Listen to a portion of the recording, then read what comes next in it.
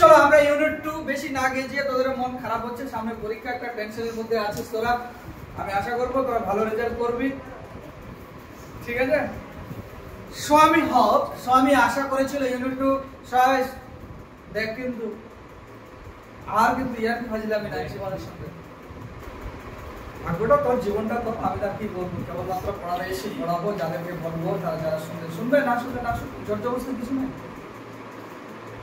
কারণ তোরা জানিস আমি আর কোনোদিন লাঠি চালাই না, লাঠি চালিয়ে ছেলে মেয়েদের ধরে রাখা যায় না। লাঠি চালালে, যদি বেশি লাঠি চালাতে যাচ্ছি, পড়াশোনা না করলে, বকাবকি করতে যাচ্ছি, কাল থেকে প্রাইভেট জাম নাম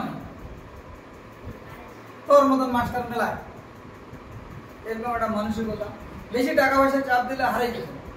ওর থেকে ভাই তুই পড়ে যা দেবো দেবো, কারা হারা বেকার আছে এখনকার, ওটাই আমার সন্তুষ্ট। 50 টাকা না পাই, 10 টাকা পাইলেও অন্তত চাটা খাই। স্বামী আশা করেছিল, কি আশা করেছিল? With this, his father would be made to see why he must avoid school for the day.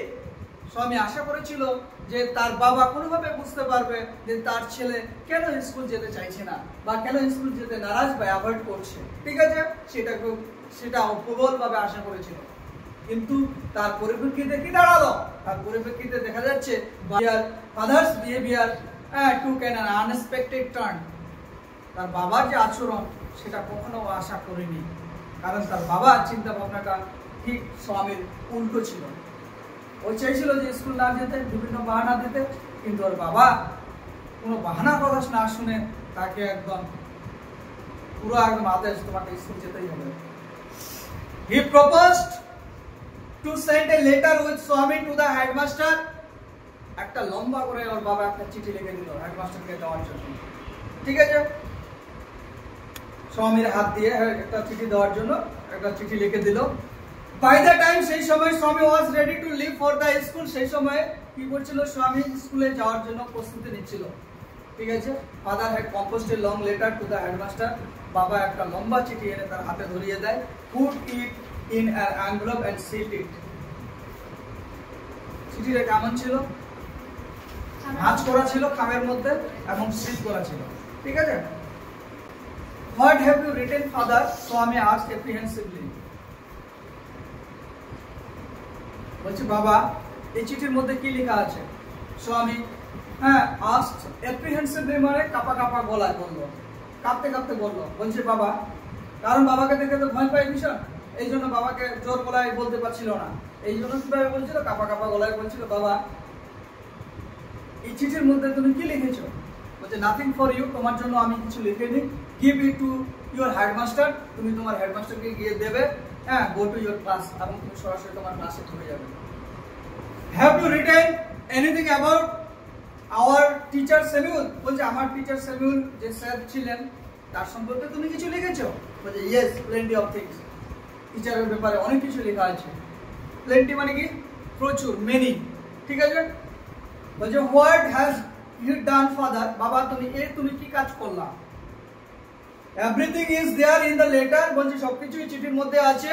Go it to your headmaster, তুমি তোমার হেডমাস্টারকে দেবে গিয়ে। Swami went to school fling that.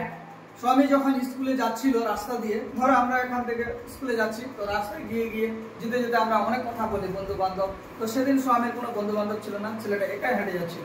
স্বামী ওয়েন্ট টু স্কুল যখন যাচ্ছিল, যাওয়ার পথে ফিলিং মানে অনুভূতি হচ্ছিল that he was worst boy on the earth. বলছে পৃথিবীর সবথেকে বাজে ছেলে হচ্ছি আমি। worst মানে কি? বাজে, সবথেকে বাজে ছেলে হলো আমি। his conscience bothered him. তার যে চিন্তা ভাবনা, তার মানুষের বলেছি যে মানুষের দুটো সেন্স হয়, একটা ইনার সেন্স, একটা আউটার সেন্স। আমাদের ইনার সেন্স আমরা সবসময় প্রকাশ করি না, করলে আমাদের একটা খারাপ প্রভাব পড়বে। আমরা ইনার সেন্সটা আমার সবসময় অন্য কিছুই ভাবে, ভালো কিছু ভাবনাটা কম হয়, আউটার সেন্সটাই কাজে লাগিয়ে আমরা চলাফেরা করি। তো বলছি কি, সেটা এই দুটো সেন্সকে যখন চিন্তা ভাবনা করছে, তার ডিসিশন নিতে পারছে না যে কি করব আমি। and was not at all sure if his description of Samuel had been accurate. এবং কি নিয়ে ভাবছিল যে আমাদের স্যামুয়েল স্যারের সম্পর্কে আমি বাবাকে যা বলেছি আর বাবা যা লিখেছেন ঠিক আছে, সেটা কি এক না আলাদা? বলছে স্যামুয়েল স্যার যতটা খারাপ নয় বা যতটা ভালো বা যে টাইপের বাবার যে লিখেছে, এটা কি স্যামুয়েল স্যারের সঙ্গে ম্যাচ করবে? কারণ আমি তো বানিয়ে বানিয়ে স্যামুয়েল স্যারের ব্যাপারে মিথ্যা কথা বলেছি এবং সেইভাবে করে বাবার চিঠিটা লিখেছে। এবং এই চিঠিটা যদি হেডমাস্টার পায়, তো হেডমাস্টার দেখে আমাকে বলবে, স্যামুয়েল স্যার পাশে দাঁড়িয়ে থাকবে যে স্যামুয়েল আমার বাবা স্যারের বিরুদ্ধে এইসব অভিযোগ বা এইসব এলিগেশন দিয়েছে। তাহলে কি আমি স্যারের কাছে খারাপ হয়ে যাব? এই জন্য মনে মনে রাস্তায় যেতে যেতে ভাবছিল যে বাবা যা লিখেছে আর স্যার যা আছেন সেটা কি ম্যাচ করছে না করছে না, এটা কিন্তু ভাবছে। He had mixed up the real and the imaginary. Say mixed up মানে কি এলোমেলো করে ফেলছে।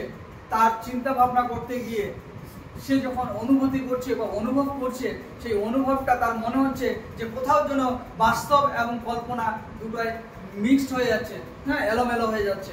সো আমি stop on the road side, so আমি দাঁড়িয়ে পড়লো রাস্তার সাইডে to make up his mind about স্যামুয়েলের সম্পর্কে চিন্তা ভাবনা করতে করতে সে রাস্তায় দাঁড়িয়ে গেল। মেক আপ মানে কি আন্ডারস্ট্যান্ড, ভাবতে ভাবতে, ঠিক আছে। ওর যখন রাস্তার সাইডে দাঁড়ালো, Samuel was not much bad man after all, তারপরে সে ছেলেটা নিজেই ভাবছে যে স্যামুয়েল স্যার অতটা খারাপ মানুষ নয় আমার যতটা মনে হয়। ও তখন নিজে ভাবতে শুরু করলো। পার্সোনালি বা ব্যক্তিগতভাবে হি ওয়াজ মাচ মোর ফ্রেন্ডলি, যদি আমি ব্যক্তিগতভাবে বলতে যাই যে স্যামুয়েল স্যার বাকি টিচারদের থেকে অনেকটা বন্ধুত্ব পরায়ণ, ঠিক আছে, দেন দ্য আদার্স টিচার। এই যে বলে দিয়েছে যে স্যামুয়েল স্যার আর অন্যান্য শিক্ষকের থেকে অনেকটা বন্ধুত্ব পরায়ণ। তারপরে কি বলেছে, স্বামী also felt Samuel had a special regard for him. তারপরে মনে হচ্ছে না, এই শিক্ষকের প্রতি আমার একটা আলাদা সম্মান আছে, মনের মধ্যে আলাদা একটা জায়গা আছে, ঠিক আছে। আমরা বুঝতে পারি না, এই যে সবসময় সচরাচর করতে চলাফেরা করি, বোকাঝোকা করি, বুঝতে পারি না। কিন্তু আমরা যখন এখান থেকে বলবো, এই বাউন্ডারি থেকে যখন আমরা বেরিয়ে যাব, উঁচু ক্লাসে যাব, তখন অটোমেটিক মনে পড়ে স্কুলের কথা, অটোমেটিক মনে পড়ে টিউশনের কথা। আমাদের কিন্তু মনে পড়ে, আমরাও মনে করেছি। মনে পড়লে খারাপ লেগেছে, তোদেরও মনে পড়লে খারাপ লাগবে। যখন কলেজ লাইফ যাবে, যে কোনো ডিপার্টমেন্টে যা না কেন, তবুও মনে হবে। কারণ মানুষের বাস্তব জীবনটা এই যে ভালো জায়গা থেকে আমরা খারাপ জায়গার দিকে এগোচ্ছি। আমরা যতই ভালো জায়গায় চান্স পাই না কেন, তবুও একটা সময় মনে হয় যে স্কুল লাইফের আনন্দটা আলাদাই আনন্দ, ঠিক আছে। এটা তোদেরকে ভাবতেই হবে। স্বামী had was daisy with confusion, স্বামীর মাথা ঘল হয়ে গেল। ডেজি মানে কি ঘল হয়ে যাওয়া, ভাবতে ভাবতে বুঝতে পারছে না যে কি করবো। He could not decide, সিদ্ধান্ত নিতে পারছিল না। If Samuel really deserved the allegation made against him in the letter, বলে এই যে চিঠির মধ্যে যে বাবা এলিগেশন গুলো লিখেছে, যেগুলো লিখেছে, এটা স্যামুয়েল কি আদৌ ডিজার্ভ করে?